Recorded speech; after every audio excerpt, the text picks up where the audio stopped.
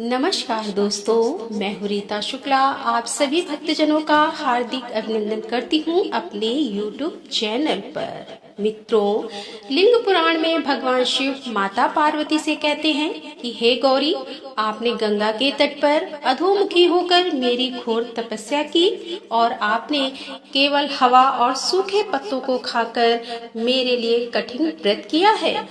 और यही व्रत माता पार्वती ने भगवान शिव को पति के रूप में प्राप्त करने के लिए किया था।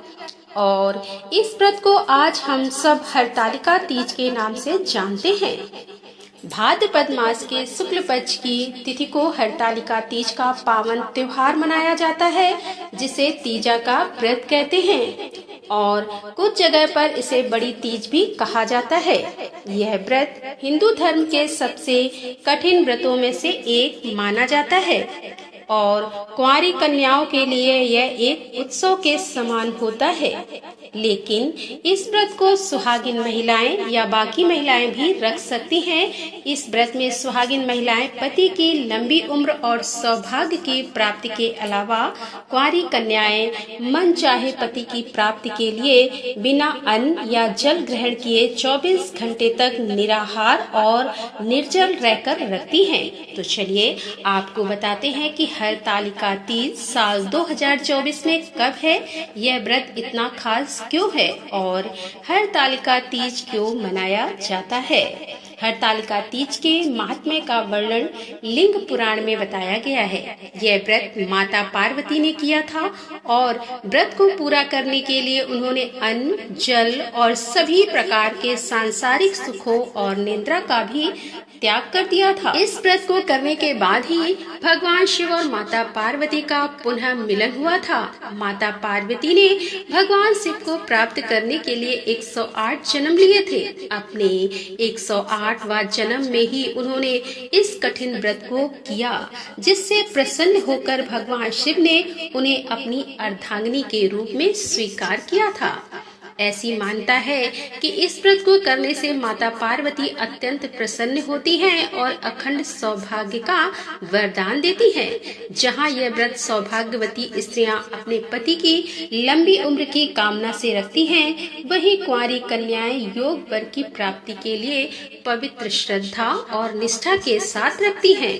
मानता है कि इस व्रत को हर वर्ष विधि विधान से करने से महिलाएं देवी पार्वती की तरह ही सुख पूर्वक जीवन बिताकर अंत में शिवलोक में स्थान प्राप्त करती हैं। क्यों कहते हैं इस व्रत को हरतालिका तीज? हरतालिका तीज हरित और तालिका दो शब्दों से मिलकर बना है। हरित का अर्थ है हरण करना और तालिका का अर्थ होता है सखी। जब माता पार्वती के पिता उनका विवाह भगवान विष्णु के साथ करने का निर्णय लेते हैं, तब माता पार्वती की सखी विजया ने माता का हरण कर लिया और इन्हें गहन वन में लेकर चली गई। तब माता पार्वती ने वन में रहकर ही कठिन तपस्या की और इस व्रत का पालन किया। इसीलिए इस व्रत का नाम हरतालिका पड़ गया।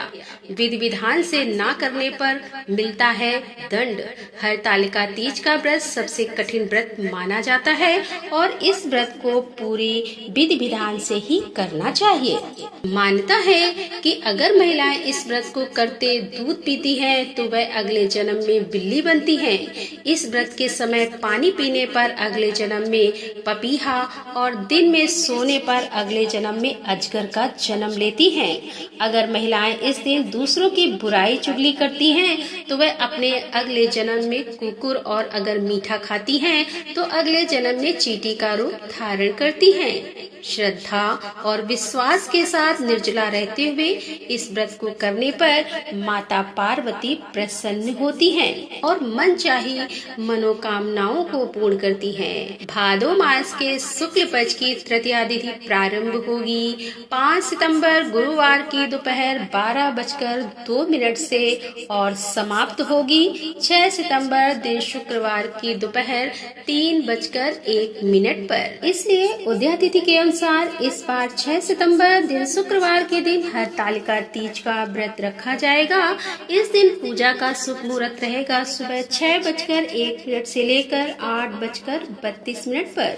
सुबह व्रत का संकल्प लेकर व्रत का प्रारंभ प्रारंभ किया जाएगा और प्रदोष काल के समय मुख्य पूजा की जाएगी। प्रदोष काल का समय 5:50 से लेकर 7:02 तक रहेगा। हरतालिका तीज का व्रत अगले दिन खोला जाता है, जिसे व्रत का पारण करना कहते हैं। 7 सितंबर दिन शनिवार को सुबह 6:14 से लेकर 7:01 के बीच में आप व्रत का पारण कर सकती हैं। इस व्रत में गीली मिट्टी से भगवान शिव, माता पार्वती और भगवान गणेश की प्रतिमाएं बनाकर उन्हें एक चौके पर स्थापित करके विधि विधान से धूप दीप जलाकर मंत्रों का जाप करके पूजा की जाती है और अगले दिन माता पार्वती को सुहाग की सभी सामग्रियों के साथ ही सिंदूर चढ़ाया जाता है।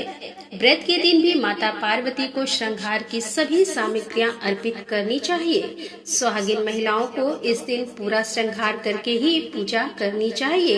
व्रत का पारण करने से पहले माता पार्वती को सिंदूर अवश्य लगाएं और उस सिंदूर को अपनी मांग में भी लगाएं।